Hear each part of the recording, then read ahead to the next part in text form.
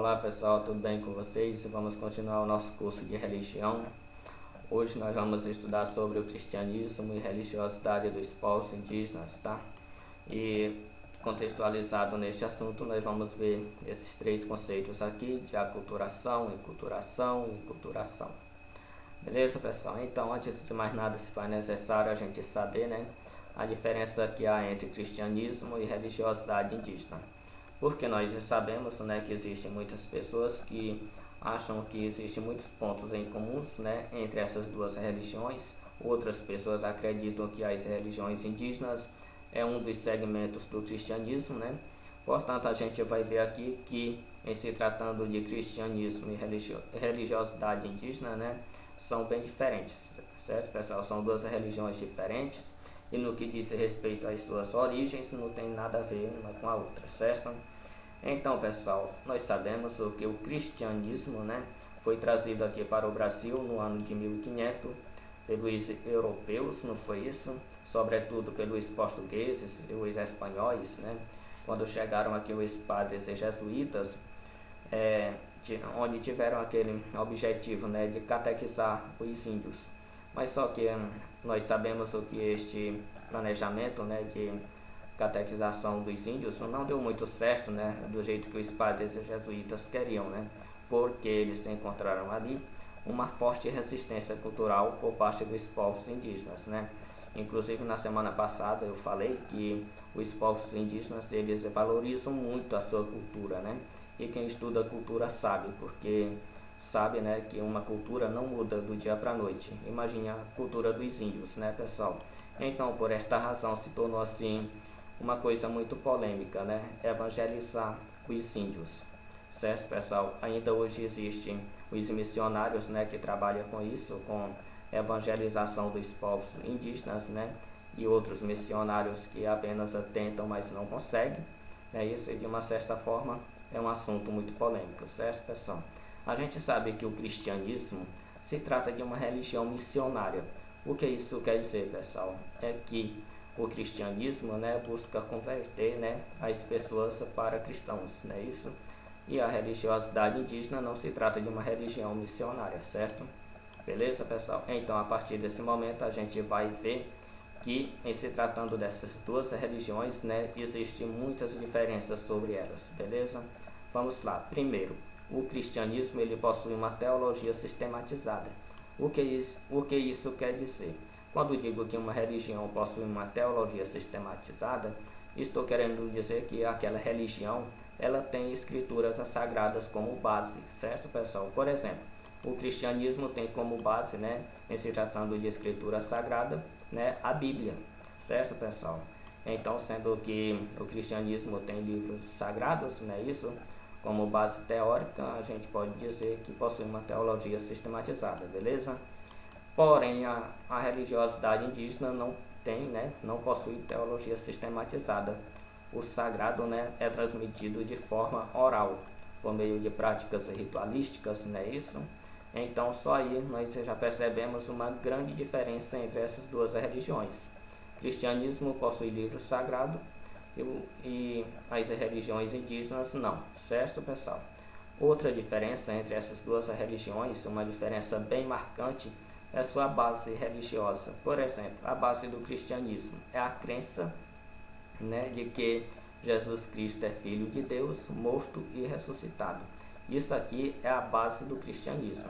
Agora vamos ver a base, né, da religiosidade indígena. Vamos lá. A harmonia do homem com o meio ambiente, mãe e terra, né, é condição básica na religiosidade indígena e elemento inseparável de seus ritos de encontro com a transcendência. Então, pessoal, a base das religiões indígenas é isso aqui, ó, a harmonia do homem com o meio ambiente, certo? Inclusive, eles consideram a natureza um de seus principais lugares sagrados, pelo qual eles chamam de Mãe Terra, certo, pessoal? A natureza, para eles, para os índios, é a condição básica na religiosidade de suas religiões, beleza? Então, vocês entendem aí, pessoal, essa diferença bastante marcante, né, entre as duas religiões, a sua base religiosa, certo? O cristianismo, acreditar que Jesus Cristo é Filho de Deus, morto e ressuscitado, e religiões indígenas, né, creem muito, né, na harmonia do homem com o meio ambiente, beleza? Então vamos lá, outra visão muito diferente entre essas duas religiões é suas visões, né, na vida após a morte, ou seja, na vida após morte, né, que o cristianismo acredita na ressurreição, certo? Porém, as religiões indígenas acreditam na reencarnação, né, em seus ancestrais, beleza? Conforme nós podemos ver que a visão tradicional evangélica, né, que se trata de uma vertente, né, do cristianismo, né? Todos os que morrem dormem no sono eterno, até que Jesus volte. Antes da vinda de Jesus, haverá um tempo de tribulação e crise na humanidade. Haverá ainda um tempo de paz e felicidade para os justos neste mundo, antes do fim.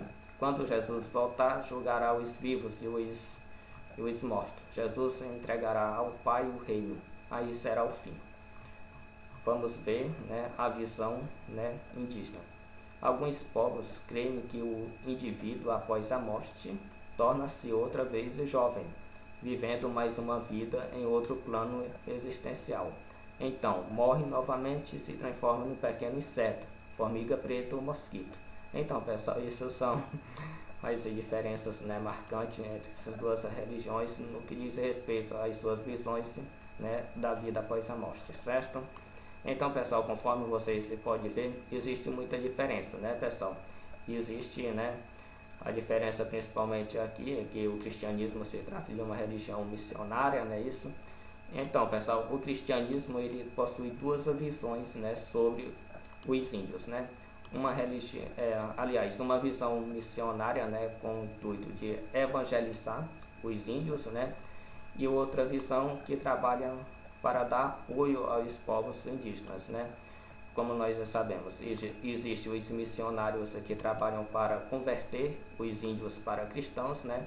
E existem os missionários dentro do cristianismo, né, que trabalham justamente para dar apoio aos povos indígenas, para que ele tenha seus direitos garantidos, né, de acordo com a Constituição Federal, e que possa praticar a sua cultura, a sua religião do jeito que desejarem, né?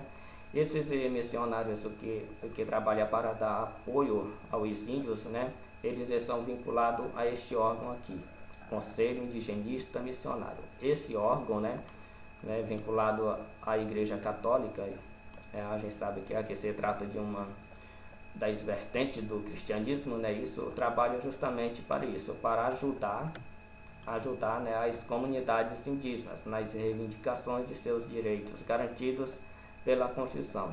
Então, sendo assim, nós podemos dizer que dentro do cristianismo tem os missionários, né, que buscam converter os índios, né, para cristão, e tem os missionários que trabalham por meio deste órgão aqui, né, para garantir os direitos dos povos indígenas, né, isso, pessoal, para que possa praticar a sua cultura, né, do jeito que desejarem, certo?